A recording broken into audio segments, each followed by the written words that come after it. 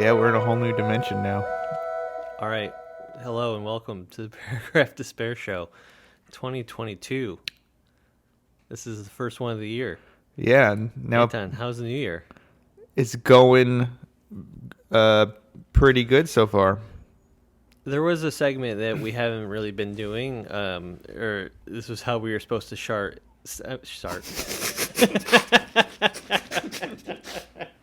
We were supposed to start each episode.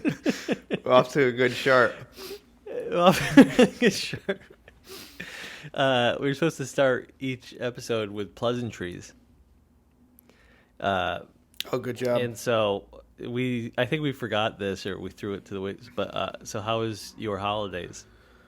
It was good. I went to Albany and saw my family and Alyssa's family, which I guess is my family. I should just say it's all our family. Mm-hmm. How about you?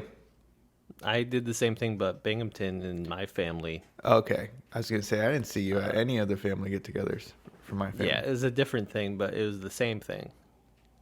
All right, that's the end of the pleasantries. Pleasantries over. We're supposed to also end it distinctly Oh, by acknowledging good. it's the end of the pleasantries. All right, so we're gonna also be changing up the show a little. We're gonna do less segments. I mean, kind of record more segments, but we're just gonna release them separately. And you're And not discussing the elephant in the room. what's that? What's that? You can see us now. What? Yeah, we're doing video, which means we finally had to put clothes on for these recordings. At least on the top. Yeah. So now you can watch us shart.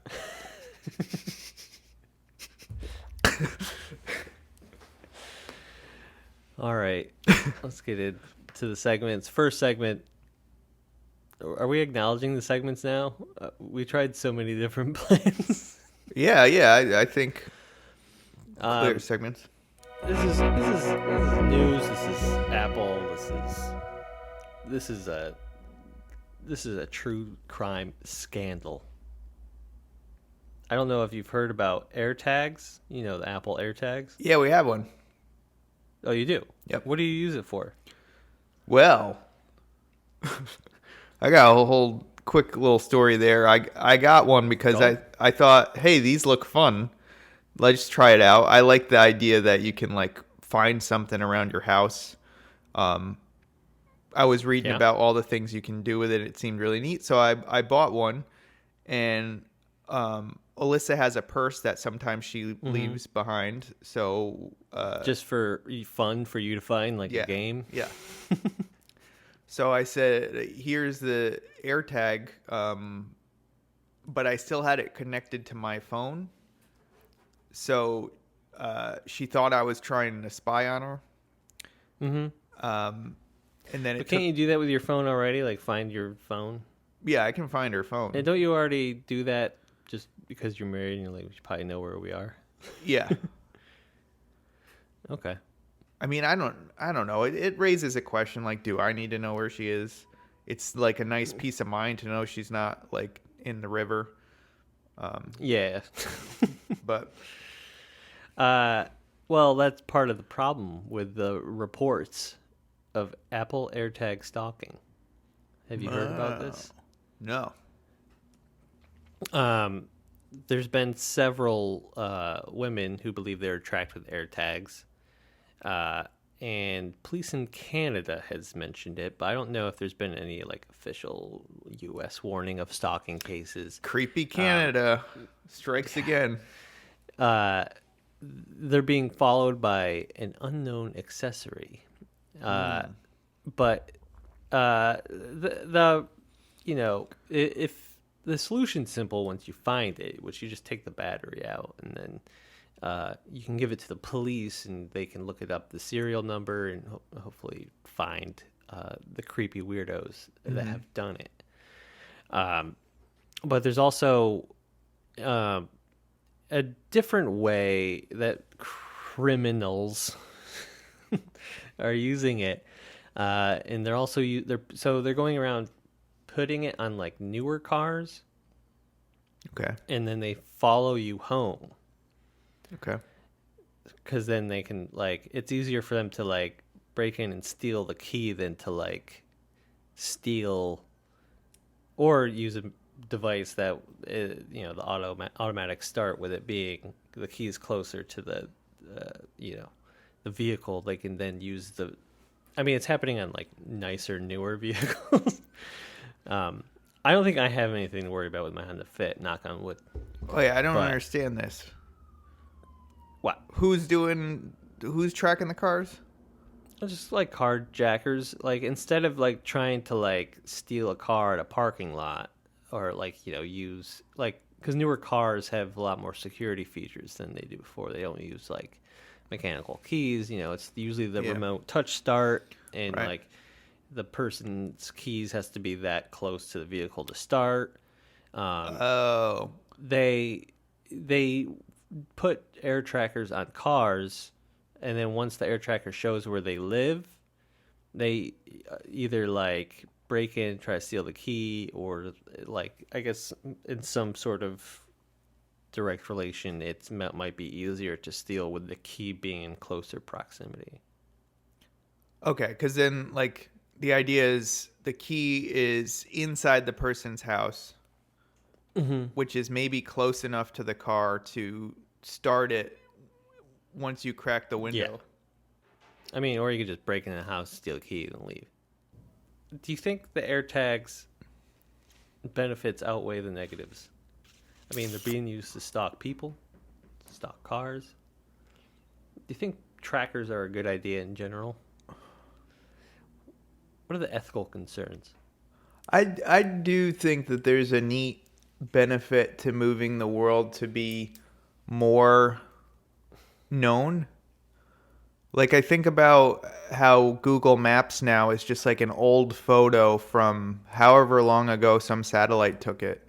It'd be cool to have a real live, like if I zoom in on Google Maps, I can see a line outside of the store. Like, And then not go there. yeah, I think it would be really cool to bridge that gap where the technology gives us a much clearer picture of what's going on. Trackers are a part of that. And you might say, well, I don't know, there's privacy concerns and stuff. And I think privacy, this is off the cuff. Mm-hmm. And maybe I would regret saying this. People are going to think I'm an idiot for saying it and not having thought through this. But is privacy a cultural and social construct? Or is privacy a right? Well, what does it even mean to be private? I guess the freedom of just to exist with yourself without interference. Yeah. So is it the idea that you can decide what things you want to share and what things you don't want shared? Yeah, I also think like you might not realize the things that you are not consciously or like aware that you're sharing can be used against you. So like you might not think it's like an invasion of privacy to like accept the cookies on a website and they just take your data, but like who knows, like we don't know even what that data could be used for in like a year from now or 5 years from now. Yeah. So if we aren't giving ourselves the privacy, aren't we just like possibly allowing us to like harm and damage ourselves somewhere down the line? Aren't giving the... I mean, so privacy seems like, in the way you're describing it, a tool to prevent historical things from being recorded about you that later on end up being damaging. Yeah. And I think that's probably the most astute description of what you're concerned about. I mean, there's the other part of privacy, which is like, is it as special if something is shared with everybody? No. You don't think it's as special? But that's probably less so compared to exactly what you're saying, which is we're even like damaging now. Like it doesn't even need to be future damaging.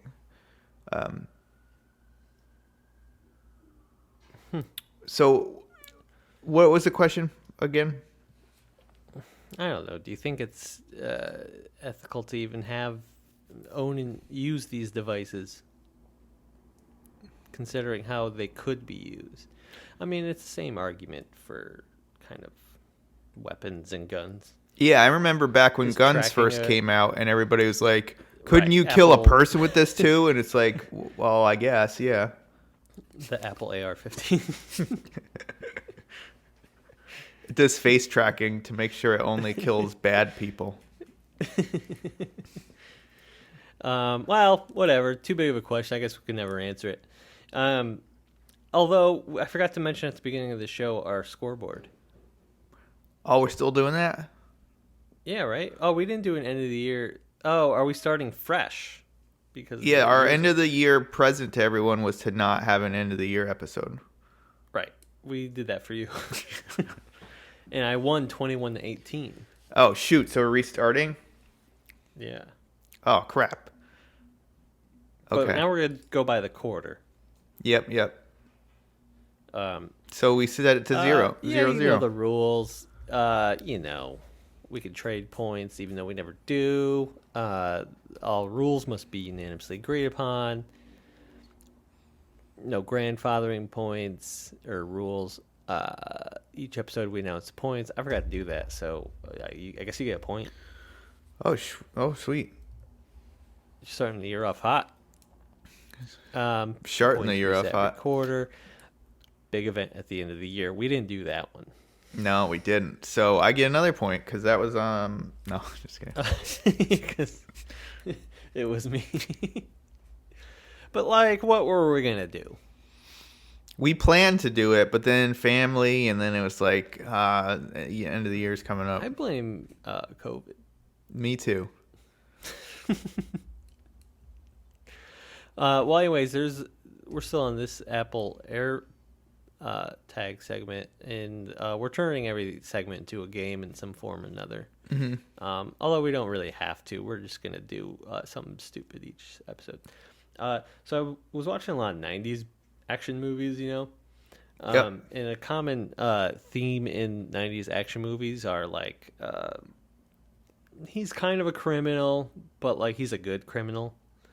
Like he's good at it? Yeah, no, he's an ethical criminal. Oh, like only a thief. I remember that was a big thing in the 90s. Like he only takes stuff. He doesn't kill you. Right, or a good example's Gone in 60 Seconds, like it's a scenario where you have to do a crime to get out of a bad situation. That's another popular thing. Yeah, which in action movies. Maybe that comes up a lot for people, but not really for me. Like, is that how you get on the straight and narrow? Is you have to double down on your crimes to get out of crime? Two wrongs We're always being do dragged make it back right. in. So AirTags are being used for a crime. We got 3 minutes to come up with a crime to get out of a bad situation by only using Apple AirTags. What's the bad situation? We had to come up with that too? No, we just go back to jail. No, I mean Unless what's the scenario that we can use AirTags to get out of? Any scenario. So we have to come up with two things? We have to use Apple AirTags in a new crime.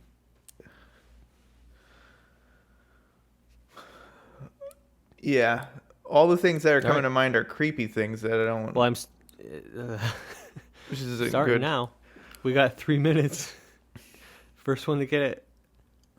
Or if we jointly get it, then we... I think it would help to come up with the scenario first that we need to do. No, well, someone... a bad baddie.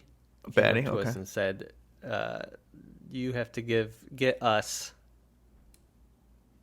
something worth of value by only using Apple AirTags. Otherwise, we're gonna steal your Honda Fit." Okay. So let's say the Louvre. We All go to right, the so we're at the Louvre Louvre. and How do we incorporate AirTags in this? yep. So we see the person who runs the Louvre, who has the keys to the Louvre, Right. and we put an Apple AirTag Ah, on them, and then we wait till they go home. and then we go in, we beat We're them just up, using the car. You just go and that's and it. take back our AirTag. We don't even. It doesn't even need And to then be the we- Louvre. And then we sell the AirTags and give them that for the. Yeah. And then we use AirTags on the police who are investigating the crime. Oh. Go beat them up at their house. So, I mean, the car theft scenario of the AirTags is the easiest scenario to kind of reuse for anything, because you just like I feel pressured you into this follow the scenario. person. You could have just made got the it, scenario in you're- the beginning. I guess we did. We figured out how to steal from the. All right. No, I'm sorry for interrupting. What was this new scenario? There's no new scenario. That was it. Oh, I thought you came were up saying with there was some gone in 60 seconds approach we could have done. Yeah, that's the same thing. I was just using that as an example. What is Gone in 60 Seconds? I've never seen it. It's the Nick Cage movie from the 90s where he has to steal all these old cars in order to like make even with this other criminal. Oh, and if he had So he's gotta AirTags. steal all these vintage cars. So if they had AirTags, they'd probably be using them all the time. Because then he could have gone to their house and beat them up Right. and then taken their car. And then the end is always the same. Like they either do it or like just barely do it, or they just are just shy of finishing the crime. And then like the bad guy just throws everything out and is like, "I'm gonna shoot you anyway." It's a good point that you bring that up. There would be a cool movie where it's like Gone in 60 Seconds and he's like, "This is how you get out." And he's like, "Yeah, I'm good."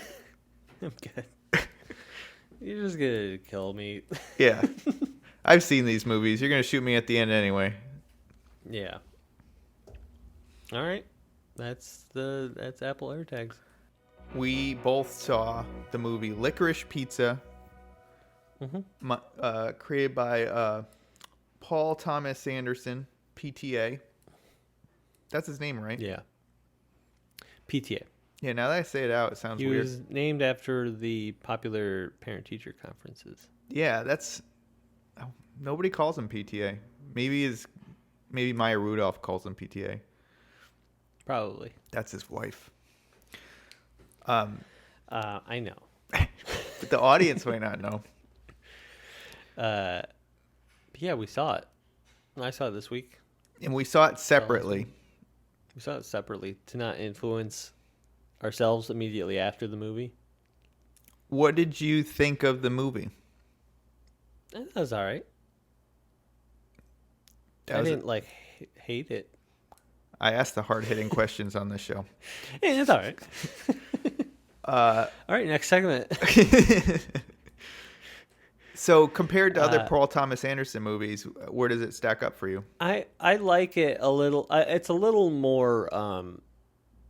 It felt a little more It didn't feel. Let's say it didn't feel as cold as like Yeah, that's a good call. his last two movies. Or wait, last two? Am I thinking that? I'm thinking Master and Phantom Thread. I think actually Inherent Vice came out after Master. So I guess just I like Inherent Vice. A lot of people don't like it.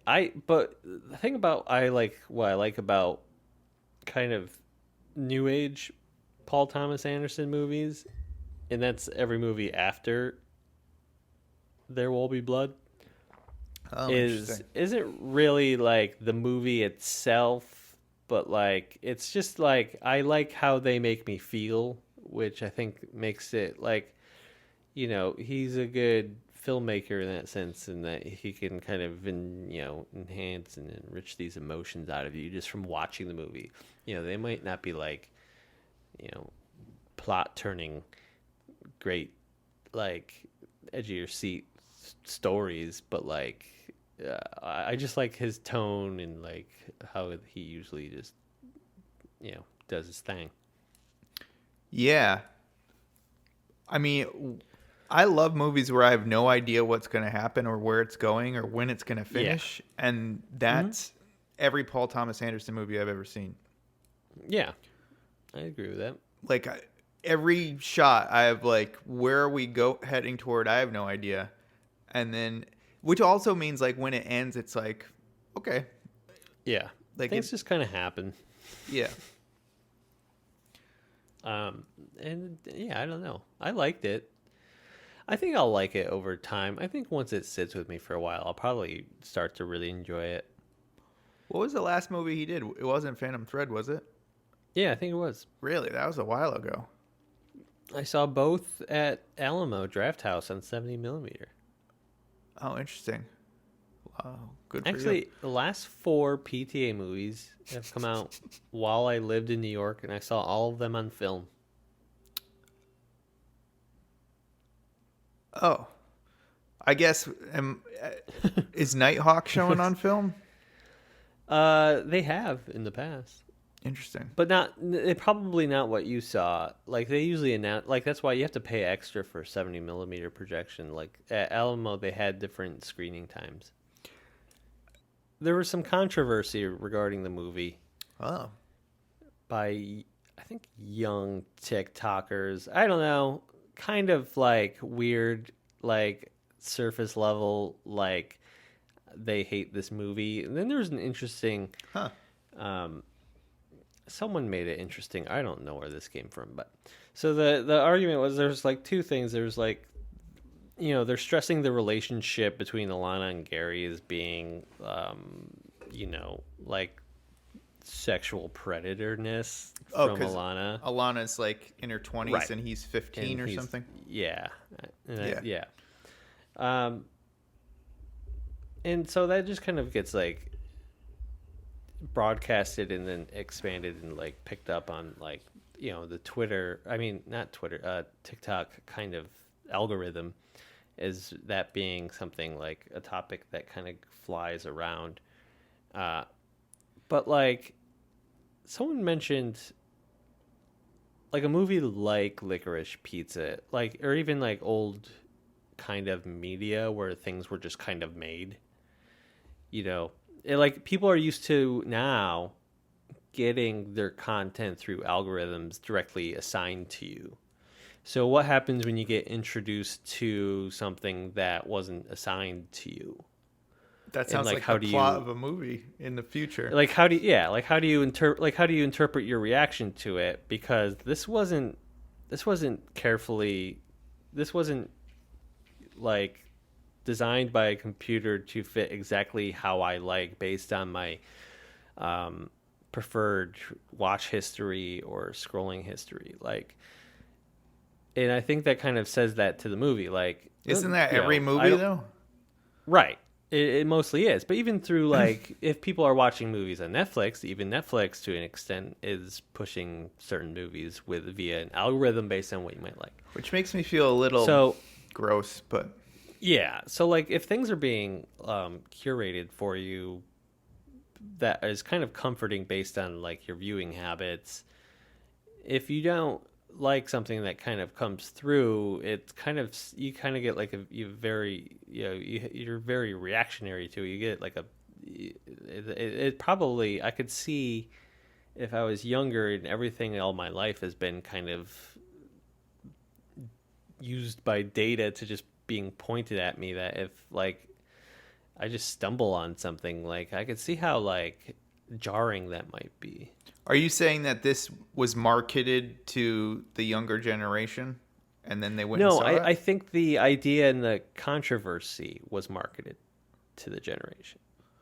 I think the movie itself is fine. I don't think it's predatory. I think especially because like, how do you differentiate like this happening via this promoting it. Yeah. I don't. There's a difference. There's I there's context to the movie. I Like think which. oh, go ahead. Oh no, I mean I just was gonna say there's people. You can witness something and not necessarily agree with it. You can portray something and not necessarily agree with it. Like it just happens. If it happens in the real world, why can't it happen in the movie? Like they're just That's true. that Yeah. happen. Why do movies always have to be role modeling life? Can't they just be reflecting it? Yeah. But I think probably the I problem is it did seem like it was putting it on a pedestal a little bit. Yeah. And I mean, Alana hit the full spectrum. She was with way older men, and then Gary on the other side. Sean Penn's character. Yeah. Which I thought Sean Penn did a great job. He's so out of it. Yes. Like, Completely detached. It's just, but like you just get this sense of feeling that like he's just. We should talk about the movie more because there were some great little moments like that where it's just like you get this sense of he's like this old Hollywood star, like he is the old guard, and like when you look at the old guard right in the face, it's just like so absent. It's just moving. It's just a thing. It's just doing it on their own. And he's not there. There's nothing there. I don't know. And then even flipped to like Bradley Cooper's character. It's just Bradley Cooper's character is just so insane to the point where I'm just like, but like so realistic. Like I could see From that the streets. I could see that person existing. Yes. And I think this is probably one of his better movies where Paul Thomas Anderson had just like really interesting all around characters. Yes. It seemed really like that was the reliant- focus. Yeah, it wasn't really reliant on anything like too grandiose in terms of like like the story or like the scope of things or where it lands or the industry of what takes place in. It felt very small and it felt very personal. Yeah, I feel like a lot of Paul Thomas Anderson movies, not all of them, because I haven't seen all of them, but a good amount of them seem like there's this weird character who's like quirky, and then most of the other folks are somewhat normal. Yeah. And it's just like that playing off of, well, I mean, in There Will Be Blood, there was two weird characters, the Daniel Day-Lewis and then the preacher kid. But everybody else seemed pretty bland. But in this movie, it was like every single person was quirky and interesting, and I would want to know more about them. Yeah. It's very colorful in that way. Well, thumbs up or thumbs down? Thumbs up. I really enjoyed it. All right, thumbs up. I mean, Alyssa wasn't too keen on the age gap either. Yeah. And then, so like, I knew, and then there's the other controversy of the, there's the one character that owns the Japanese restaurant. Mm-hmm. That was just kind of. Oh, yeah. I didn't even understand what that was trying to say. I think that was a joke. I think it was just like this guy trying, like, just like an absurdist joke. It was, and yeah.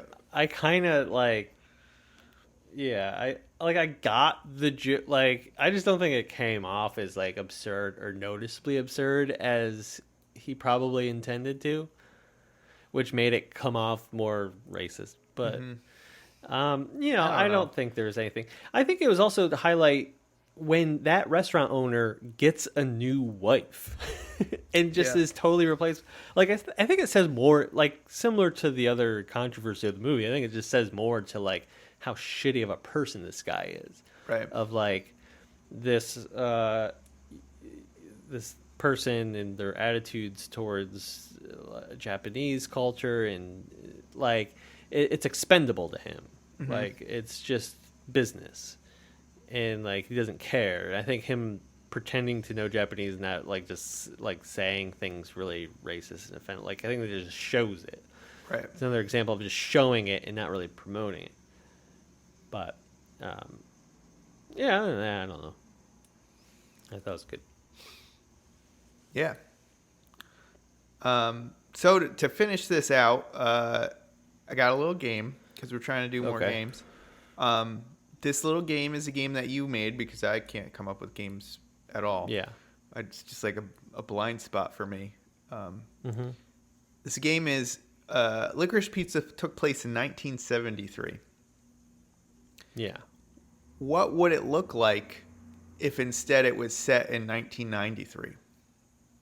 Okay. I probably won't have the years right on any of this, so could I just say the 90s? Yeah, we can do the 90s. I mean, early 90s. I'm going to say something, and then it's going to be like, oh, that came out in 95. And you're like, man, shut up. I go by video game consoles. That's how I use Right. markers. So this would have been like a year or two after the Super Nintendo came out, Okay. if that helps you. Yeah. It's also Nirvana. Well, Gary would be, and spoilers ahead, because I guess we're going to be kind of spoiling in here. Yeah. Not Inherent Vice. Licorice Pizza. But Gary, what kind of businesses would Gary be running? In the movie, he runs a waterbed company, pinball, arcade. My parents had a waterbed in 93. Did they really? Yeah. Did they really? But it wasn't new then. Yeah, actually, Right. Alyssa and I were like, we connected over it. I didn't know her parents had a waterbed too. And we're like, oh, waterbeds. Someone I knew had a waterbed. I forget who. But I didn't know anyone with a waterbed growing up. But that's interesting. I always wondered about them. I thought they were like a bigger thing than they were.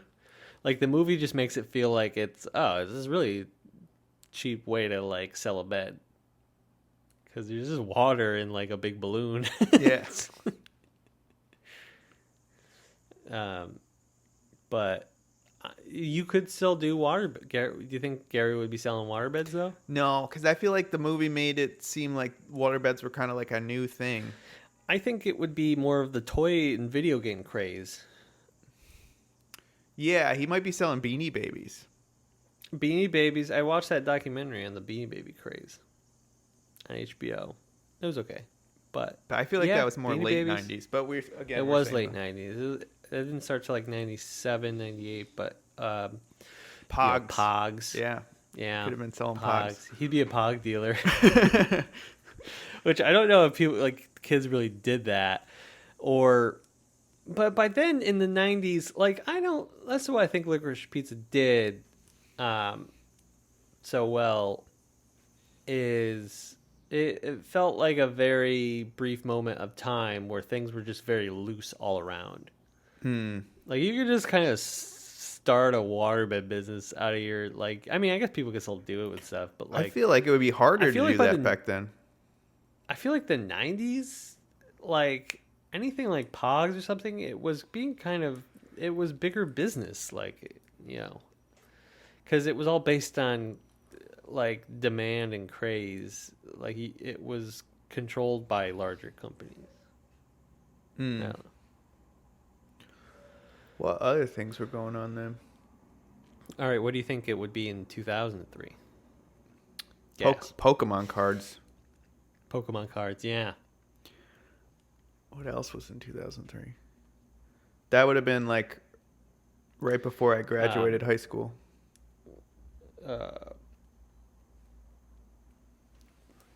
Iraq War. American flags he might be selling. American flags. And patriotic paraphernalia for sure. That's all I can think of that was going on at the time. I don't know. I feel like it was harder. I guess it could have been easier with eBay. Like my dad sold Hot Wheels in the late 90s. 2000s, Gary would be a internet entrepreneur. Probably. Right now, this day and age, selling NFTs. Yeah. Yeah. He definitely, he would be all over crypto for sure. Mm-hmm. Who would the actors be? Who would the the actors would just be the actors. Well, Jack Holden, Sean Penn's character, was based off of William Holden, the old, he was in a lot of good movies. Oh, wow. Never heard of him. He was in Sunset Boulevard. He I've was seen in, yeah, he was the lead actor in that, and I only he's remember the been lady in that. That movie was really good, in my opinion. It was really good. It holds up. It's one of my favorite. Yeah, because I've seen Citizen Kane and I'm like, okay, but then I saw Sunset Boulevard and I was like, this could have came out today. classic Billy Wilder movie. But yeah. So it's based off William Holden. So yeah, I don't know. Yeah, I guess Just be an Gary in old this actor. day and age, yeah, would just be selling NFTs and acting. He'd have a YouTube channel. The actor could just be Sean Penn playing himself. Yeah.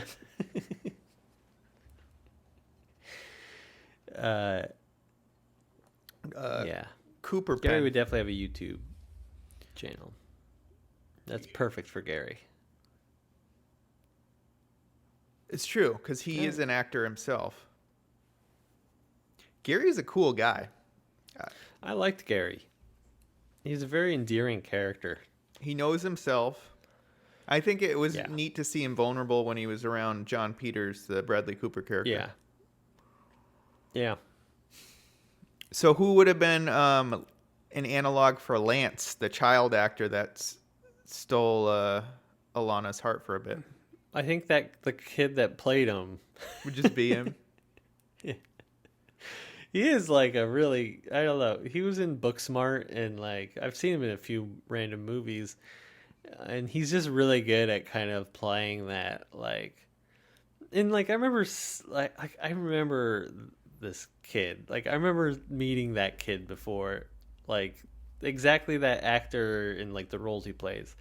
Like there's just something off and fake about him, but they're just very like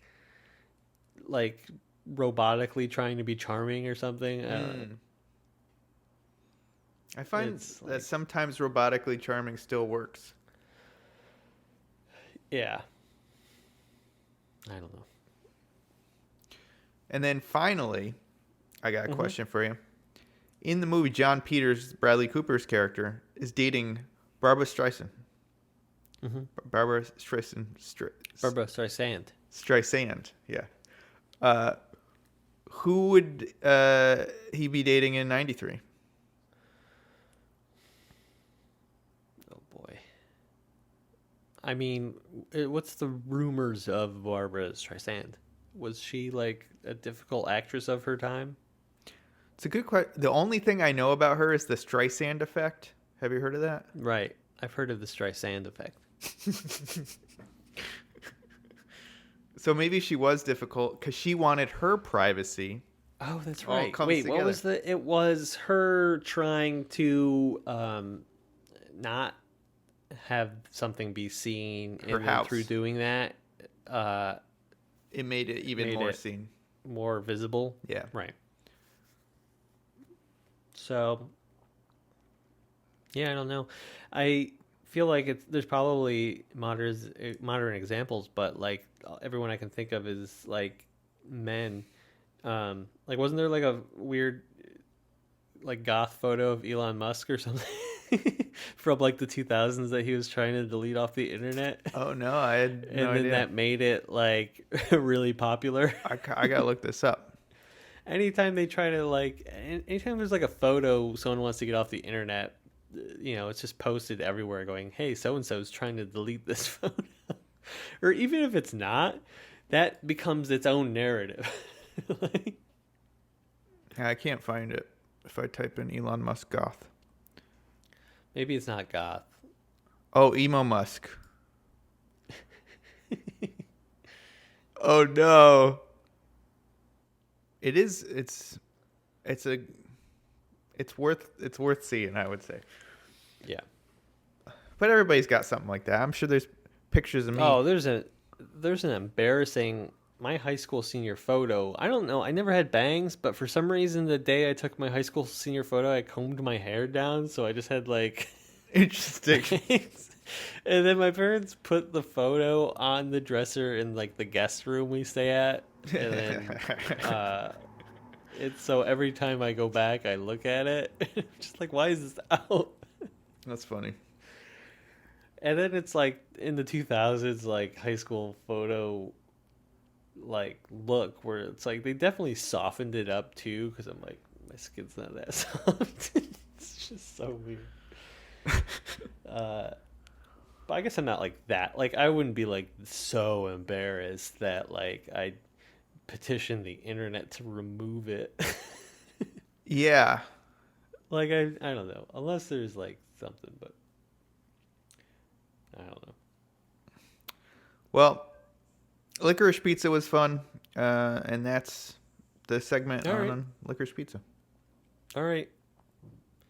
Um, last segment. Wow, we're already at 54 minutes through 2 segments. So we're gonna end it with our last segment, the Dictator Show. Oh yeah, Which- that's the other thing we should tell people. What? The new approach. Should we do it at the end? Okay. I guess we could do it now. No, now there's a cliffhanger, and people will wait till the end. Oh, I'll have to listen. Oh, Yeah. wow. It's so good. I listen to how to make good podcasts. All right. So in this, and I give a societal problem, like a real problem that's going on Real in the world problems, today. And it's like, it's ruining everybody's life, this problem. Specifically you. And yeah, me, but I assume everyone thinks like me, so they also have this problem.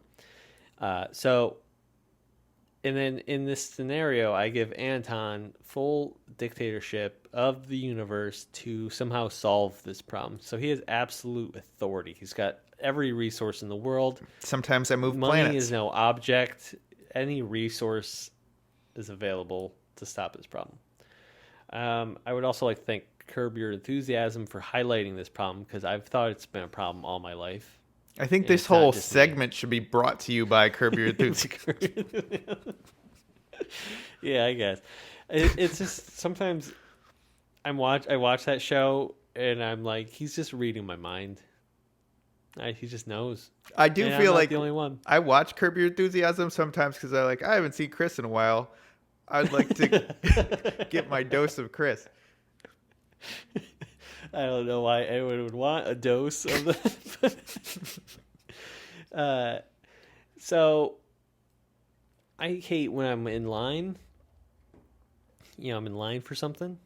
Is that You ever it? been in line for something? Yes. I mean, I hate lines in general, full stop. But I hate this even more. So, like, you know, you have the order to the line. Mm-hmm. And depending on where you are, like the store or the bodega or the sandwich shop or the coffee shop, Yep. like the way that it's structured might just be weird. You know, so like you're like, where's this line tail going? Yeah. I mean, that's problem number 1. Mm-hmm. So this is a 2-parter now, because I just thought of that, and that's a problem as of itself. But the other problem is sometimes people in line don't know how to keep their own order of the line for everybody else in line. So, you know, the line will move up, but then like the person in front of you, they don't move up or they don't close that gap. Yeah. So now the line's just this detached line. What's going to happen? Someone going to walk in, join that detached, because they're not moving up. You can't leave too big of a gap. What are you doing? So, how are you going to fix that, Anton? It's funny you bring this up. I think you would hate it in Europe. I probably hate it. Yeah. When we went there to Europe, briefly, we went to Italy, and at the airport, they don't really like do lines. Like, It's insane to me. it's just whoever, like, they'll push past you and then just I'm a like go. strong proponent of line justice. Yeah. And I know that England is always bragging about their queuing abilities. You ever hear about Isn't that that? the same thing? Queuing is lines, yeah. But I was like, why would a country brag about its queuing? But maybe it's in contrast to the rest of the EU, or what was the EU. So I yeah. wonder if they're just like, look, we have lines. But like, how do you wait for stuff there? Or are they just more efficient that there's just less waiting? Where? in Europe? Like, what are you waiting for? to get on the airplane. They don't like call out. No, like for security and stuff. When you're waiting to go through security, you line up. So there's no lines for security. Not really. You just like there's a crowd and people Pile? like just like push past you to get through it. It was crazy. That's insane to me. It is. Huh. Maybe I'm giving it a bad name, and there was more lining than it. It just didn't What seem country like was this? this was. I'm pretty France? sure it was to go into Italy, into Rome. I don't know. I'm not a big fan of that. Well, I mean, Larry David should just go to Europe for a season. I don't think he has to worry about airport lines. Well, I'm saying like to make a season of Curb Your Enthusiasm, he could get a bunch of ideas or Yeah, film it probably there. get a lot of ideas. So the issue is that there's gaps in lines and they're not formed well. Yeah. All right, here's a fun idea. What are those things they put, the barriers they put up with the velvet ropes? Is there a name for those? Yeah, like no, I think they're just like ropes. Okay. What if like there was just footprints on the ground and you were supposed to put your feet on the footprints? And they tried that with after COVID happened. They did the social distancing You're right. spots, Nobody's and no doing one those. does that. No one stands in those. All right, how They'll about just this? walk up. They'll walk up like a foot behind you and just like breathe heavily, with their nose popping out. What about this though? All carpets. Remember, you have full government. You have the military. You have trillions of dollars. Yeah, but if I had $1 trillion, I would do a very low creativity, boring solution. Big alarm. All right, billions of dollars. What is a place that you're lining up for? Just as an example. I'm at Walgreens. Mm-hmm. My local Walgreens, always a line. Okay. So the front area where you're waiting in a line is, it's either lava or just really deep pits. And the only path is a very thin line for you to get where you're going. And you have to be very careful. You know how you can make this better? So it's like a very deep pit, right? Yeah. But there's like these stepping stones are always rotating towards the front. And you only have such a small area to stand. And it moves you up for you. That's a really cool idea. What if you're not standing? People hate standing. What if you're just sitting and it moves you up like when a it's your stool or something? Yeah. A stool on a conveyor belt. Yeah. And you just wait until it's your turn. And if you don't, you fall into the pit. And what's in the pit? The dead bodies of people who didn't. They started that. It just piles up. If only they would have listened. Bunch of skeletons and rats. Huh. I mean, It's I helped you out expensive. with this one, Yeah. but I like the idea. We collaborated. Right. But usually I let you try to solve it, then I give you my response, and then I see. I decide if you're right or wrong. Oh, you're trying to do the deciding right now, and that's Yeah. that's what's giving you pause. Is should I give you a point since I had to help? Yeah. We've never done fractional points before. No. All right, you get a point. Yes. New year. Your whole strategy is to give me a major lead. I feel guilty, make an easy game, and then you win it before. And I come back from behind. Yeah, by the end of the quarter. Loud car backfiring. Oh, that's what that was? Remember our last Dictator show? Yeah. Loud cars. What would you do? I agree. That's why I just gave you the point. Oh, so you have no improvements or different strategies that here. works. That works. I mean, there's a lot of opportunities here. Yeah, there's a lot. There's a Like lot you could do with lines. one thing we didn't cover is gaps. Mm-hmm. Like, Oh, but wait, what's the other problem? Oh, wait, never mind. That is the other problem. All right, what were you going to say? Sorry. well, you need something that keeps people together, Yeah, human centipede style. right. Maybe they have to hold a rope. Maybe, there's like a fish hook that's in your chest to the back of the person in front of you. If they get too far, it Yeah. pulls on your fish hook. Right. Ugh. Yeah, I don't know. I don't know about that. I don't like the idea of. I don't like painful insertion of things. I could just see that Curb episode where he goes to Walgreens and he has to put a fish hook in his chest.